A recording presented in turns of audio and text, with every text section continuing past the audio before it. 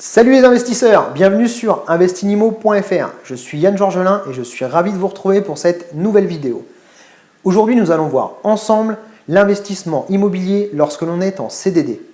Vous voulez peut-être investir dans l'immobilier et vous vous dites que ce n'est pas encore le moment parce que vous n'êtes pas détenteur du fameux Graal, le précieux CDI.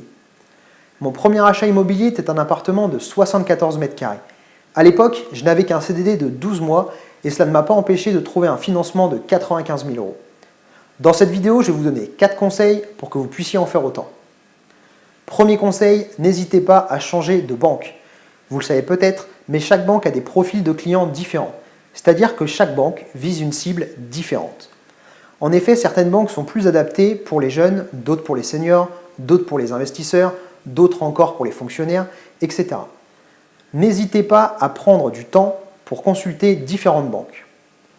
En plus, cela vous permettra de répéter l'exercice et vous serez de plus en plus à l'aise devant les banquiers. Deuxième conseil, montrez patte blanche. Ce qui fait le plus peur à votre banquier quand vous êtes en CDD, c'est que vous vous retrouviez sans activité et que vous ne puissiez pas rembourser le crédit. Montrez-lui que vous êtes quelqu'un de sérieux. Pour cela, vous pouvez utiliser certains paramètres tels que la qualité de la gestion de vos comptes, votre activité, voire même un éventuel apport. Et ce, même si je vous conseille de financer votre bien intégralement par le crédit.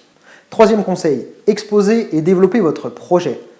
Votre banquier, et c'est normal, est quelqu'un de frileux, c'est-à-dire qu'il ne vous prêtera de l'argent que si vous lui avez prouvé que c'est un bon placement. Pour cela, montrez-lui que votre projet est réfléchi et raisonné.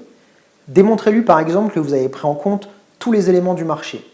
Montrez-lui que votre bien se louera facilement, que vous avez éventuellement pris des assurances pour des loyers impayés, voire même qu'il n'y a aucun travaux supplémentaires de prévu que ceux que vous avez envisagés. Bref, montrez-lui que votre projet est mûrement réfléchi pour lui inspirer confiance. Quatrième et dernier conseil, passez par un courtier. Outre le fait que le courtier vous obtiendra sûrement un meilleur taux et des meilleures conditions, n'oubliez pas que le courtier est un spécialiste de l'investissement immobilier. C'est-à-dire qu'il vous permettra de trouver les meilleures conditions pour votre achat, mais surtout d'obtenir les meilleures clauses en fonction de votre projet. Second avantage, c'est lui qui fait les démarches auprès des banques, et cela est un gain de temps précieux. Le courtier fait partie de ces partenaires dont vous devez user et abuser. Voilà, maintenant vous avez les 4 conseils si vous êtes en CDD et que vous voulez vous lancer dans l'immobilier. N'oubliez pas, arrêtez d'écouter ceux qui ne se sont jamais lancés et qui vous expliquent que vous devriez faire comme eux. J'espère que vous avez apprécié cette vidéo. Si c'est le cas, n'hésitez pas à la partager, à me laisser un pouce bleu et un commentaire. Pour ceux qui veulent plus d'informations, on se retrouve sur www.investinimo.fr. À bientôt les investisseurs.